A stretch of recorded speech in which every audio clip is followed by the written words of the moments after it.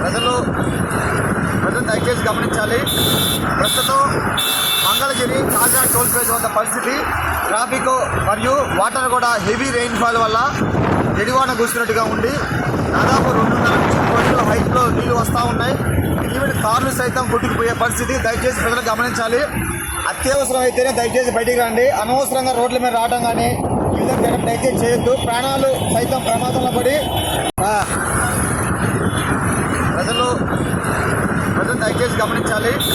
ప్రస్తుతం మంగళగిరి తాజా toll plaza వద్ద పరిస్థితి ట్రాఫిక్ మరియు వాటర్ కూడా హెవీ రెయిన్ఫాల్ వల్ల జడివాన కూర్చున్నట్టుగా ఉండి దాదాపు 2.5 నుంచి 3 అడుగుల హైట్లో నీళ్లు వస్తూ ఉన్నాయి.